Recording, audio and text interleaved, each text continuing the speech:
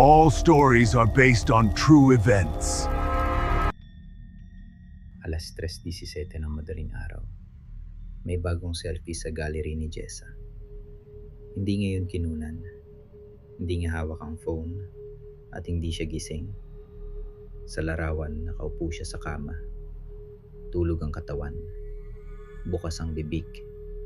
At sa likod ng balikat niya, may isang pulang mata na halos nakadikit sa leeg niya.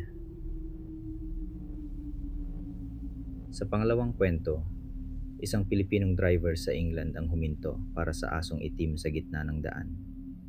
Malaki, basang-basa, tahimik. Nung tumakbo ito sa ulan, walang tunog ang mga paa. Dalawang kwento, dalawang pulang mata, isang babala. Kapag nakita ka nila, huwag kang titigil. Ako si Junya. Ngayong gabi, dalawang kwentong katatakutan ang maririnig mo. Una, isang babae na hindi na sigurado kung panaginip pa ang nangyayari sa kanya. Pangalawa, isang driver na nalaman na may mga nilalang na sumusunod kahit umuwi ka na ng Pilipinas. Unang kwento. Ang selfie sa 3:17 AM. Si Jessa ay 29 na taong gulang. Call center agent sa Manila. Night shift. Mag-isa sa maliit na apartment malapit sa EDSA. Hindi multo ang una niyang kinatatakutan. Mas simple ang takot niya. Rent, bills, at yung tawag ng nanay niya tuwing katapusan ng buwan. Galing siya sa Tayabas. Panganay. May kapatid na nag-aaral pa. May nanay na mahina na ang tuhod. Kaya kahit halos wala na siyang tulog, lagi niya sinasabi sa sarili niya, konti pa, konti pa. Makakaraos din. Nang una, panaginip lang ang akala niya. Nagsimula ito tuwing alas 3:17 ng madaling araw. Pare-pareho ang oras, pare-pareho ang bigat sa dibdib, pare-pareho ang lamig sa leeg. Nasa kama siya. Bukas ang mata. Pero hindi niya maigalaw ang katawan. Hindi niya maitaas ang kamay. Hindi niya maigalaw ang paa. Kahit dila niya, parang nakadikit sa ngalangala. Ang kaya niya lang gawin ay huminga ng mababaw. Sa unang gabi, may narinig siyang kaluskos sa kusina. Mabagal, tuyo, paulit-ulit. Parang kuko sa semento. Gas-gas, hinto. Gas-gas, hinto. Kinabukasan, sinisi niyang pagod. Sleep paralysis lang. Sabi niya, normal yon kapag kulang sa tulog. Scientific. Normal. Walang multo. Pero nung ikatlong gabi, hindi na kusinang tunog. Nasa hallway na. Papunta sa kwarto niya. Gas-gas, hinto. Gas-gas, hinto. Gusto niyang ipikit ang mata, pero hindi niya magawa. Parang may dalawang daliri na humahawak sa talupak niya mula sa loob. Dumating ang tunog sa pinto ng kwarto. Tumigil. Tahimik. Tapos may bumuka sa ilalim ng pinto. Hindi ilaw. Hindi anino. Isang mata. Pula. Bilog. Basang-basa. At nakatingin sa kanya mula sa sahig. Hindi gumalaw si Jessa. Hindi dahil matapang siya. Hindi siya makagalaw. Unti-unting tumaas ang pulang mata mula sa siwang ng pinto. Parang may katawan sa labas, pero nakadapa sa sahig. Parang umakyat sa pinto ng walang tunog. Tapos nawala. Kinabukasan, may marka sa sahig sa tapat ng pinto niya. Mahaba, manipis. Parang kuko na kinalagkad sa semento. Hindi niya yon kinunan ng litrato. Ayaw niyang magkaroon ng ebidensya. Dahil kapag may ebidensya, ibig sabihin hindi lang panaginip. Lumipas pa ang 4 na gabi. Tuwing matutulog siya ng nakatingala, bumabalik ang bigat sa dibdib. Tuwing nakatagilid siya, may bumubulong sa likod niya. Pero hindi salita. Hininga lang. Basang hininga. Malapit sa tenga. Sa 7 gabi, naglagay siya ng maliit na salamin sa mesa sa tabi ng kama. Plano niya, kung hindi siya makagalaw, titingnan niya ang refleksyon ng pinto. Hindi diretso, refleksyon lang. 3:17, nagising siya. Hindi makagalaw. Bukas ang mata, may bigat sa dibdib. Dahan-dahan niyang ginalaw ang mata papunta sa salamin. Sa refleksyon, kita niya ang pinto. Sarado, tahimik, walang tao. Tapos may kamay na pumasok mula sa gilid ng salamin. Mahaba ang mga daliri, maitim ang kuko. Parang kamay ng taong ilang araw na nakababad sa malamig na tubig. Hindi nanggaling sa pinto ang kamay. Nanggaling ito sa ilalim ng kama niya. Isang daliri ang gumapang pataas sa kumot dahan-dahan, patungo sa leeg niya. Kuminto ito sa baba niya. May bumulong sa tenga niya. Huwag kang gigising. Doon siya nakasigaw. Hindi malakas, pero sapat para magising ang katawan niya. Bumangon siya. Binuksan ang ilaw. Walang tao. Walang kamay. Pero basa ang kumot sa may leeg niya. Kinabukasan, tumawag siya sa nanay niya. Hindi niya sinabi ang buong totoo. Sabi niya lang, "Ma, hindi ako makatulog." Saglit na tumahimik ang nanay niya. Tapos sinabi, "Anak, huwag kang matulog ng nakatingala." "Bakit po?" "Dahil kapag nakatingala ka, mas madaling sumampa ang bumibigat sa dibdib." Hindi na nagtanong si Jessa. Dahil sa likod ng boses ng nanay niya sa tawag, may narinig siyang isa pang paghinga. Mahina, basang-basa, at malapit. Nung gabing yon, hindi siya natulog. Umupo lang siya sa kama. Bukas ang ilaw. Hawak ang phone. Nakarecord ang audio.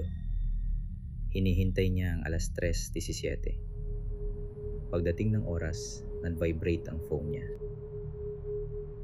May bagong selfie sa gallery. Hindi niya kinuha ang selfie. Hindi niya hawak ang phone, pero nandun. Sa larawan, nakaupo siya sa kama, nakatulog, bukas ang bibig. At sa likod niya, may mukha na halos dikit na sa balikat niya. Isang pulang mata lang ang malinaw. Ang bibig nito nakangiti ng sobrang lapad. Hindi duguan, hindi sugat, pero puno ng maliliit at matatalas ng ngipin. Sa ilalim ng selfie, may oras. 3:17. Binuksan niya ang audio recording. Sa unang minuto, wala. Sa pangalawa, hininga niya lang. Sa pangatlo, may kaluskos. Gas-gas, hinto. Gas-gas, hinto. Tapos may boses. Hindi boses ng lalaki. Hindi boses ng babae. Parang tunog ng basang bibig na natutong magsalita. Sabi nito, "Gising ka pa rin." Hindi na nag-impact si Jessa ng maayos. Kinuha niya ang wallet, charger, ilang gamit at umalis bago sumikat ang araw. Lumipat siya sa mas maliit na apartment. Mas malayo sa EDSA. Mas tahimik. Mas maliwanag. Tinapon niya ang lumang kumot. Nagpalit ng unan. Hindi na siya natulog ng nakatingala. Sa unang linggo, walang nangyari. Sa ikalawang linggo, nakatulog na siya ng maayos. Sa ikatlong linggo, halos nakumbinsi niya ang sarili niya na naiwan na ang lahat sa lumang kwarto. Halos. Isang gabi, sobrang pagod niya galing shift. Hindi niya napansin na nakahiga siya ng tuwid. Nakatingala. Namatay ang ilaw. Hindi brown out. Hindi sira ang bumbilya. Namatay lang. Alas 3:17. Nagising siya. Hindi makagalaw. Bukas ang mata. May bigat sa dibdib. Tapos umilaw ang phone niya sa mesa. May bagong larawan. Sa screen, nakita niya ang sarili niya. Nakahiga sa bagong kama. Nakatingala. Bukas ang bibig. At sa itaas niya, hindi na isang mata ang nakikita. Dalawa na. Mas malapit. Mas basa. Mas gutom. Dahan-dahang may lumitaw na text sa screen. Hindi message. Hindi notification. Parang nakasulat mismo sa larawan. Sabi ko sa'yo, huwag kang gumising. Mula nun, hindi na nagkukwento si Jessa tungkol sa apartment na yun. Hindi sa kaibigan, hindi sa pamilya, hindi kahit kanino. Pero minsan, kapag antok na antok siya at muntik nang makatulog ng nakatingala, naririnig niya ulit ang tunog. Dasgas, hinto. Dasgas, hinto. At sa dilim ng kwarto, parang may pulang mata na naghihintay na muli siyang mapagod. Ikalawang kwento, ang asong itim na walang tunog. Si Rico ay 35 taong gulang, dating delivery rider sa Balera. Ngayon, driver siya ng care home sa Norfolk, England. Trabaho niyang maghatid ng gamot, pagkain, at gamit sa matatandang hindi na madaling makalabas ng bahay. Hindi siya mahilig sa lumang kwento, pero sa lugar na yon, lahat ng lumang daan ay may kwento. Katid na kalsada sa pagitan ng bukid at lumang simbahan. Walang ilaw sa maraming bahagi. Kapag maulan, parang kinakain ng dilim ang windshield. At kapag hating gabi, wala kang maririnig kundi makina, ulan, at sariling tibok ng puso. May matandang pasyente si Rico na si Mrs. Bale. Mahina na ang katawan, pero malinaw pa ang mata. Tuwing dinadalhan siya ni Rico ng gamot, lagi nitong sinasabi ang iisang babala. If you hear pause with no sound, don't stop. Hindi agad naintindihan ni Rico, kaya tinagalog niya sa isip niya. Kapag may paa pero walang tunog, huwag kang hihinto. Isang gabi, bumuhos ang ulan. Malakas. Yung klase ng ulan na kahit mataas ang wiper, parang may kortina pa rin sa harap mo. 2:15 ng gabi. Pauwi na si Rico. Wala nang ibang sasakyan. Walang bahay sa gilid. Bukid. Simbahan. Kalsadang kumikintab sa ulan. Sa gitna ng daan, may nakaupo. Akala niya aso. Malaki. Itim. Basang-basa. Pero sobrang laki para maging normal na aso. Dahan-dahan siyang nagpreno. Doon niya napansin ang pinakamali. Hindi gumagalaw ang ulo ng aso, pero nakatingin ito sa kanya. Isang mata lang ang kita. Pula. Parang baga sa loob ng basang uling. Naalala niya ang sinabi ni Mrs. Bale. Kapag may paa pero walang tunog, huwag kang hihinto. Pero huli na. Nakahinto na ang van. Nawala ang aso. Hindi tumakbo, hindi tumalon, hindi dumaan sa gilid. Nawala lang. Huminga ng malalim si Rico. Inisip niya, pagod lang, ulan, ilaw, reflection. Tapos may kumamot sa likod ng van. 1, 2, 3. Hindi niya binuksan ang pinto. Hindi siya lumabas. Dinerecho niyang tingin sa windshield. At sa refleksyon ng salamin, nakita niyang bagay na nasa likod ng van. Nakatayo ito sa dalawang paa. Hindi na parang aso. Mahaba ang harapang paa. Parang braso. Nakabuka ang bibig. At sa loob, may hanay ng matatalas na ngipin. Isang pulang mata ang nakatutok sa kanya sa refleksyon. Biglang bumukas ang ilaw sa lumang simbahan sa gilid ng daan. Hindi lahat, isang bintana lang. At sa loob ng bintanang yon, may mga taong nakaluhod pero walang muka. Tumapak si Rico sa silinyador. Umandar ang van. Hindi siya lumingon. Hindi siya huminto. Kahit may bigat na bumagsak sa bubong, kahit may kuko na kumayod sa metal, kahit may mababang ungol na parang nanggagaling sa loob ng van.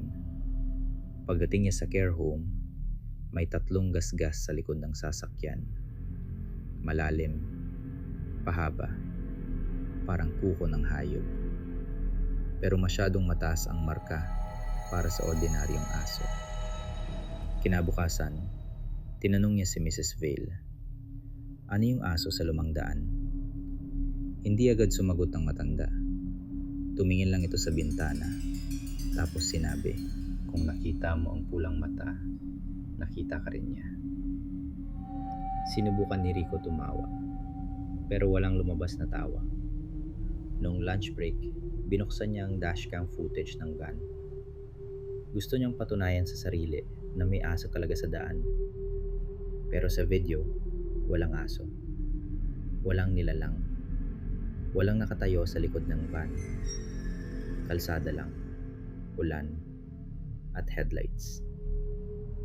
Pero nang nilakasan niya ang audio, narinig niya ang 3 kamot. 1, 2, 3. Tapos may mababang tunog. Hindi yungol. Hindi tahol. Parang may humihinga sa tabi ng kamera.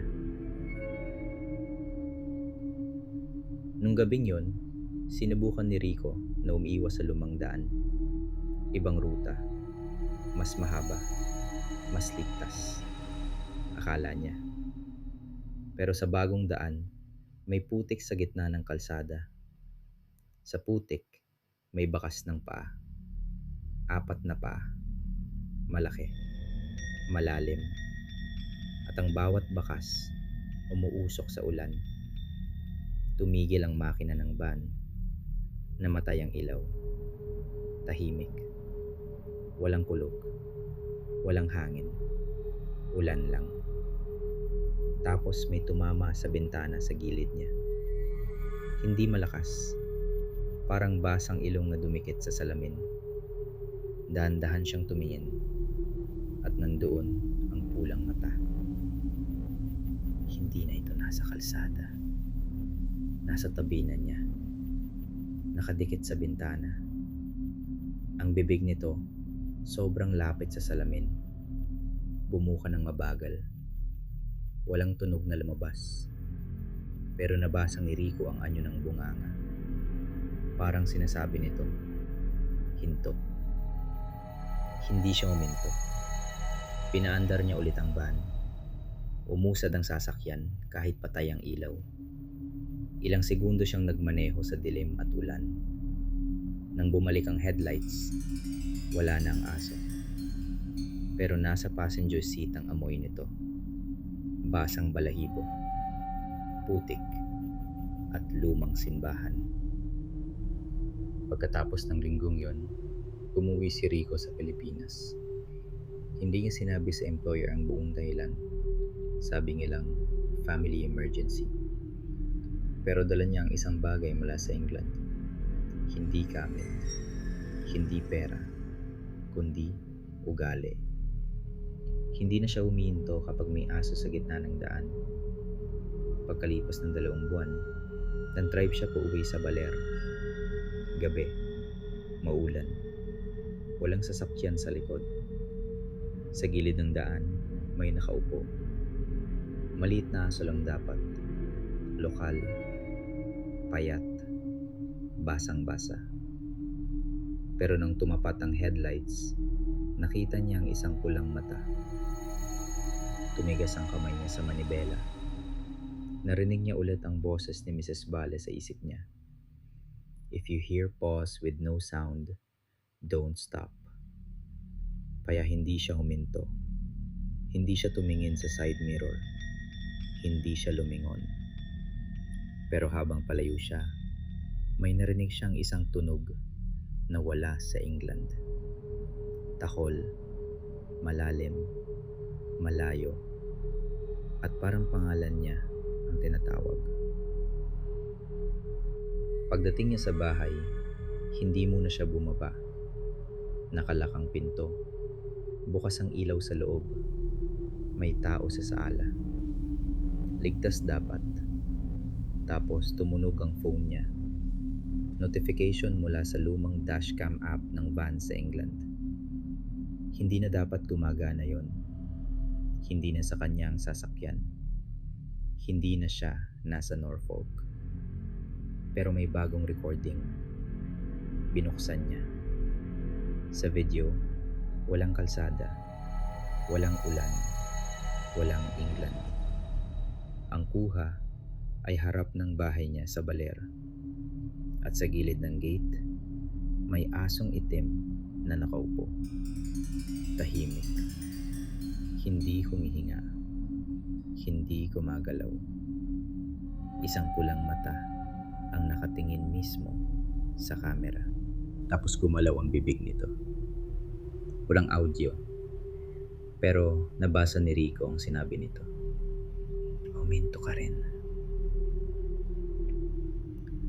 Mula nun, kahit tanghaling tapat, kapag may asong itim sa kalsada, bumibilis ang tibok ng puso ni Rico. Dahil alam niya ang isang bagay. May mga nilalang na hindi mo kailangang dalhin pa uwi. Minsan, kapag nakita ka nila, sila na ang susunod. Dalawang kwento. Isang pulang mata sa kwarto. Isang pulang mata sa kalsada. Magkaibang bansa, magkaibang nilalang. Pero pareho ang warning. Kapag nakita ka nila, huwag mong hayaang makita nilang takot ka. Ako si Junia. Magandang gabi. At kung may marinig kang gasgas sa pinto mamaya, huwag kang gigising.